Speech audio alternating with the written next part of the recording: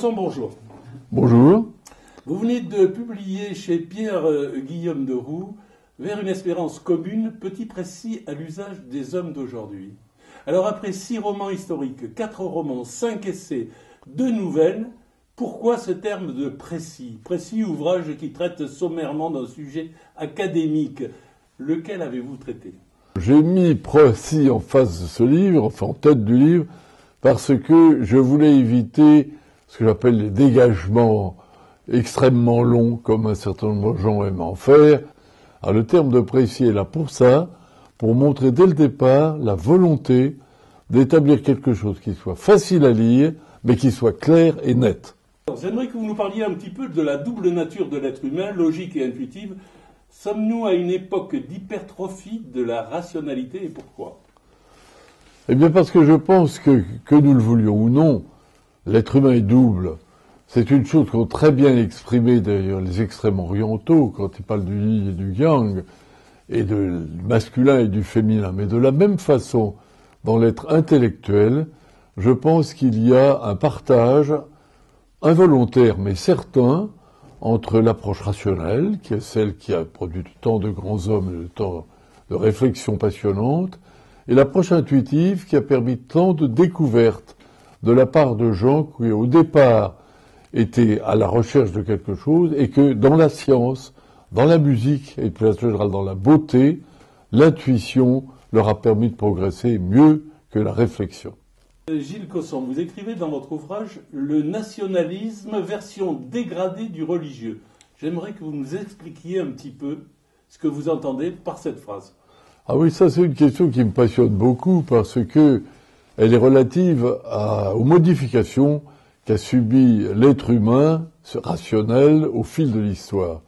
Si nous reportons au passé, au lointain passé, vous allez trouver dans les civilisations assyriennes, par exemple, le culte de grands ancêtres qui s'appelaient Marduk et autres, et qui étaient des gens qui occupaient une position, j'allais dire, dogmatique. Et puis ensuite sont arrivés, au fil des années, avec Rome, avec les dernières années de Rome, avec des gens comme Plotin, qui une réflexion plus large, mais déjà beaucoup plus ouverte. Puis arrive l'épisode, je dirais, religieux, chrétien du Moyen-Âge, qui, lui, par certains côtés, il faut bien le dire, est un peu obscurantiste, parce qu'il laisse théoriquement à l'être humain que très peu de liberté, ce qui est contraire, d'ailleurs, à la limite, aux paroles de l'Évangile. Entrons ensuite dans une période passionnante, qui nous rapproche de nous, c'est celle des Lumières. Parce qu'à l'époque des Lumières, pour la première fois, depuis la Grèce, j'entends, l'être humain a été incité à prendre ses distances avec ce qui était perçu comme des obligations d'évidence et à réfléchir en conscience et solitaire aux problèmes de l'humanité et à ses problèmes propres. On voit apparaître aussi l'apparition de la notion de nation. On va revenir tout à l'heure à cela, puisque Dumouriez, par exemple, le Secrétaire général est le premier, lors de la Révolution, à dire qu'il agit au nom du patriotisme et de la nation française. Alors que jusque-là, le pays était encombré de guerriers allemands de toutes sortes qui venaient se battre un peu comme mercenaires.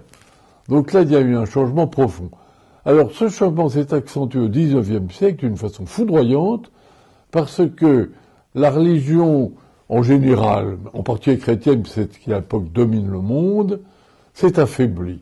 C'est affaibli et que le besoin existant chez beaucoup d'êtres humains d'une espèce d'assurance interne sur ce qu'il faut faire et ne pas faire, eh bien, ce qui était la certitude d'autrefois s'est reporté progressivement sur un nationalisme pur et dur. Donc cette transition vers le nationalisme a une énorme importance car c'est elle qui a mené aux guerres. Et elle a mené à la Première Guerre mondiale. Pourquoi ? Parce que ces nationalismes, s'appuyant sur la puissance économique qui se développait, se transformaient soit en puissance agressive, soit en nation défensive. D'où les guerres. Gilles Cosson, pourquoi dites-vous dans votre ouvrage que l'approche rationnelle ne peut déboucher que sur une morale? Eh bien, je dis cela parce que je crois que là, il faut se mettre dans une perspective un peu internationale.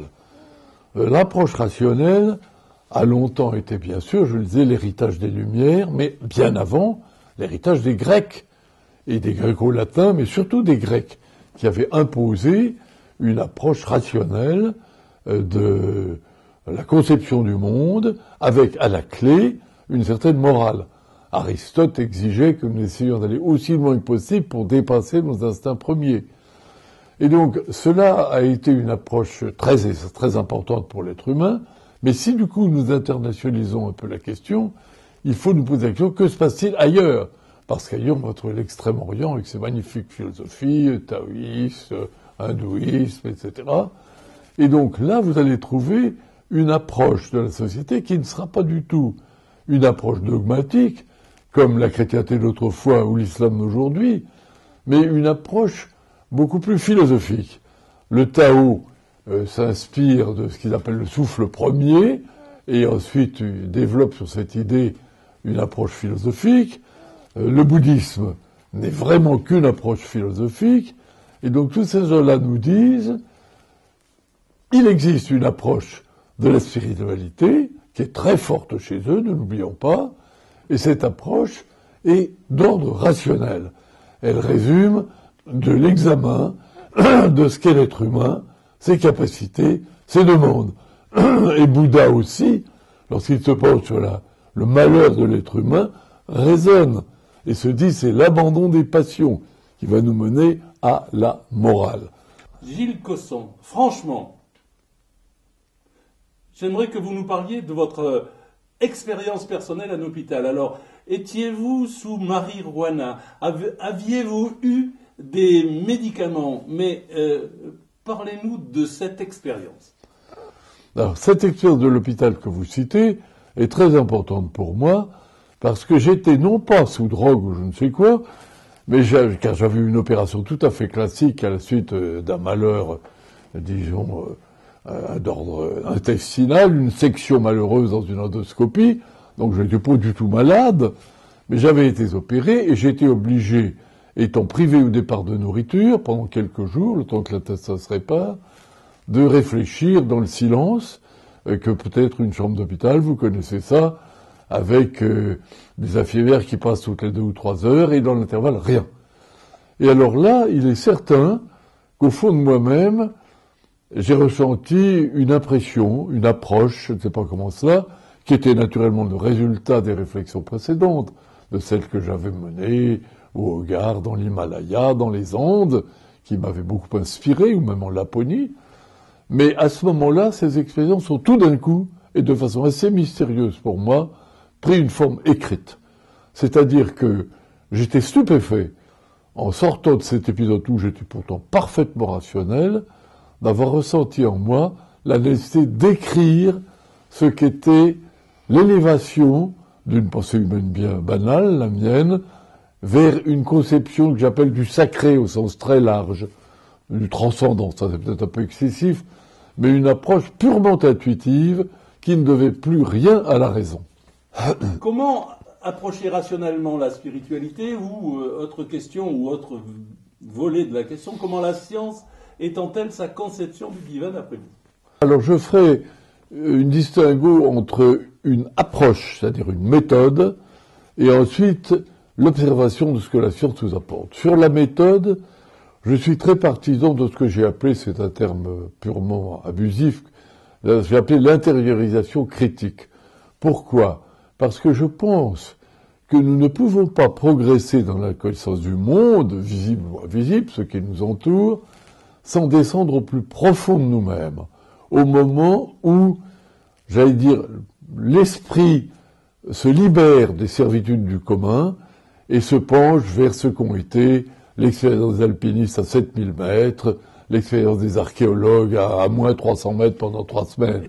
J'ai vécu 15 jours à plus de 5000 mètres, c'est quand même déjà assez particulier, et il est certain qu'à cette occasion, eh bien, l'esprit prend une autre dimension. Mais le rationnel est là, et j'y compte beaucoup, qui me redit tout le temps, jamais tu ne dois t'abandonner à ces intuitions, si belles soient-elles, il faut revenir à la réalité d'aujourd'hui. Et là, la science nous aide beaucoup. Parce que il y a des choses absolument passionnantes dans la science d'aujourd'hui. Par exemple, tout ce qui est l'approche des premiers moments de l'univers. Quelque chose de fascinant, c'est l'apparition de la lumière. Or, si extraordinaire que cela a duré, qui nous paraît éternel, de tout cela, on s'aperçoit que l'extérieur, la naissance de la lumière, est située avec précision vers l'an 380 000 seulement. Il ne s'agit pas de milliards d'années, 380 000. Et à ce moment-là, cette circonstance est tellement bouleversante pour des astronomes qui observaient la chose pour la première fois, grâce aux satellites dont je parle, que l'un d'entre eux, vous ne le verrez pas, mais c'est un prix Nobel quand même, s'appelle George Smoot, a dit devant une grande conférence de physiciens, j'ai cru apercevoir le visage de Dieu. Votre ouvrage suggère de sortir de la passivité. Comment agir au quotidien? Eh bien, c'est une question difficile et qui dépend beaucoup de chacun et sur lesquelles les approches sont multiples. Moi, j'avais cité avant de sortir de parler de la passivité, 3 thèmes qui sont communs à nous tous, qui sont une approche un peu plus méditative de notre action quotidienne, tellement agitée que nous en perdons le sens commun, une approche par ce que j'ai appelé au sens large la prière, c'est-à-dire essayer de se rapprocher des aspirations générales du monde, et une approche par les actes, qui elle est très commune, qui est que faisons-nous face au monde aujourd'hui, si cruel et parfois si terrifiant.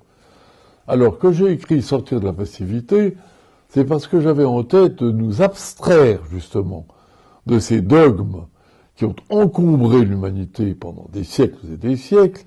Alors, je prends un exemple dans le catholicisme ou dans la chrétienté en général, le célibat des prêtres paraît comme totalement absurde, c'est tellement vrai qu'il n'existait qu'à partir de l'an 1100 d'ailleurs, avant ça n'était pas le cas. L'infaillibilité pontificale, c'est à l'évidence une absurdité que personne de sensé ne peut admettre, mais on peut dire aussi que dans l'islam, on rencontre alors là un degré dans le dogmatisme terrifiant, qui ne peut l'être humain qu'à une conception d'épouvante. Va-t-il respecter ou va-t-il demander sa liberté? Mais s'il demande sa liberté, il transgresse. Donc c'est affreux. Et à l'époque où nous assistons à la mondialisation que nous voyons, et peut-être demain à un début de la conquête spatiale, comment peut-on encore en être à demander du pain à Zim ou à se tourner vers la Mecque quand on sera en route vers Mars? Je voudrais bien savoir ce qui va rester de tout ça. Donc voilà, sortir de la passivité, c'est nous abstraire une bonne fois pour toutes de cette étude soumise. Gilles Cosson, comment l'être humain peut-il évoluer aussi lentement par rapport à la problématique qui nous environne? Eh bien, l'humanité manifeste une extraordinaire tendance à être dans la passivité, à accepter plus ou moins ce qu'on lui a transmis, et surtout à avoir un mal de chien, à se sortir carrément de ces hypothèses d'autrefois. Comment faire pour favoriser l'accession d'une humanité de demain à une conception élargie de ce qu'est la spiritualité et la vie humaine? Alors ça passe beaucoup par l'éducation. En soi, on peut en parler longtemps. Eh bien, Gilles Cosson, merci pour cette conclusion. C'est moi qui vous remercie. Nous sommes ravis d'avoir fait votre rencontre et nous sommes pressés de relire votre ouvrage.